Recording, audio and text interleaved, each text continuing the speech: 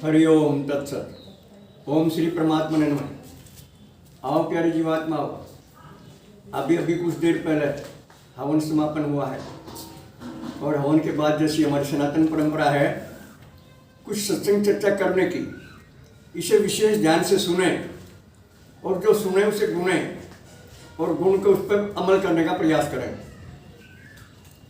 कितनी महान कृपा है परम पिता परमात्मा की हम सभी जीवों पर। कल मैंने आपको बताया था, कल या परसों, हम सब राजकुमार हैं, भगवान की संतान हैं, लेकिन आज हम किस दशा में हैं और क्या हमारी स्थिति है, हमारे खान पान कैसे हैं, हमारा रहन सहन कैसा है, हमारी नीयत कैसी है।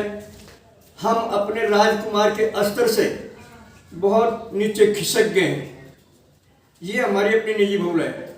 प्यारे बहन भाइयों, इसमें ना कलयुग का दोष है, ना किस्मत का दोष है, न समाज का दोष है। व्यक्तिगत रूप से हमारी अपनी मानसिकता की कमजोरी है और ये हमें ही दूर करनी होगी। जो बुराई हमने पकड़ी है या जिस कुसंग से हम प्रभावित हुए हैं उस पर विचार करके हमें स्वयं उस कुसंग का त्याग करना है और अपने को कुसंग से बचाना है। एक और बात आपके याद दिलाऊंगा आज। इस शरीर में जो हमारी अहमता ममता है, यही कुसंग है सबसे बड़ा, यही हमारा अज्ञान है। हमने इस अज्ञान को ज्ञान मान लिया है, हमने इस शरीर को अपना मान लिया है, जबकि हमारे आपके सामने पता नहीं कितने शरीर छोड़ करके जीव निकल कर चले गए। ये तो सच्चाई है।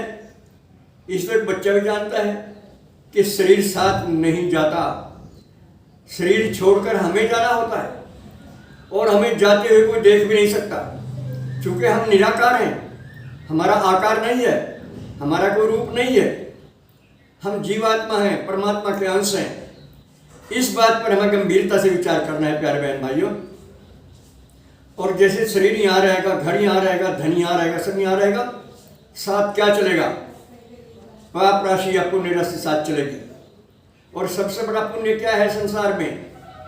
हो सकता है आप में से कोई जानते भी हो, सबसे बड़ा पुण्य है स्वयं को जानना और इसी जीवन में भगवत दर्शन करना।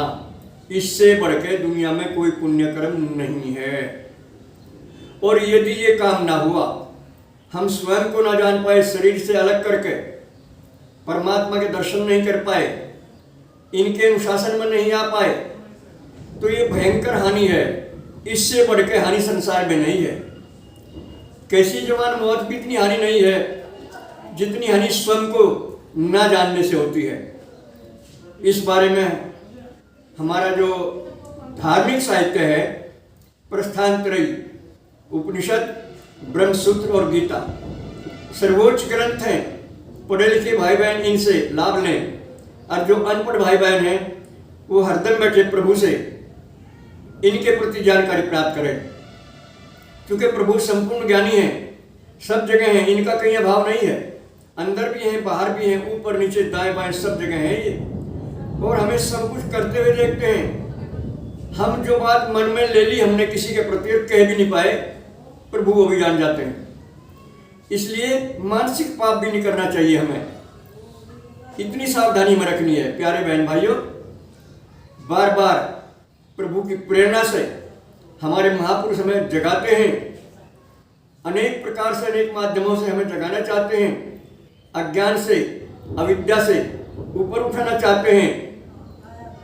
हमारा भी कर्तव्य है कि उनकी इस मेहरबानी का, इस कृपा का लाभ उठाएं और शरीर से ऊपर उठकर अपने आप को जानें। सच्ची पूजा, सच्ची प्रार्थना यही है जिसका परिणाम है स्वयं को जानना।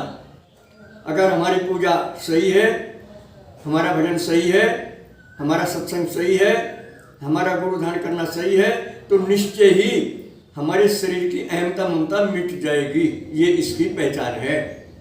ज़्यादा बोलना ज्ञान नहीं होता, अच्छे शब्दों का प्रयोग करना ज्ञान नहीं होता।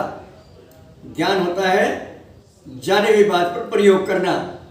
किसी को भी अपना नहीं मानना, अपना केवल परमात्मा है या सबको अपना मानना है, गैर नहीं मानना किसी को। वसुधैव कुटुंबकम शब्द है हमारी हिंदी भाषा में। पूरा संसार हमारा परिवार है और सभी जीव हमारे अपने घर के हैं। कीड़ी मकोड़े, पशु पक्षी, पेड़ पौधे, और संपूर्ण मन से हमारे अपने परिवार के हैं सब। इतनी शानदार भावना हमारी होनी चाहिए, किसी के साथ अन्याय ना हो, किसी पर झूठा दोषारोपण ना हो, किसी की निंदा ना हो, तब जा करके पूजा लगती है, तब प्रभु से मेल होता है। तो ज़्यादा समय नहीं लेते आपका, उठो जागो, अपने आप को पहचानो, अंतर्मुखी होने का मन बनाओ और अपने प्रभु के संपर्क में आओ और इन्हीं का समझ के, इन्हीं की प्रसन्नता के लिए निष्काम भाव से कर्म करो।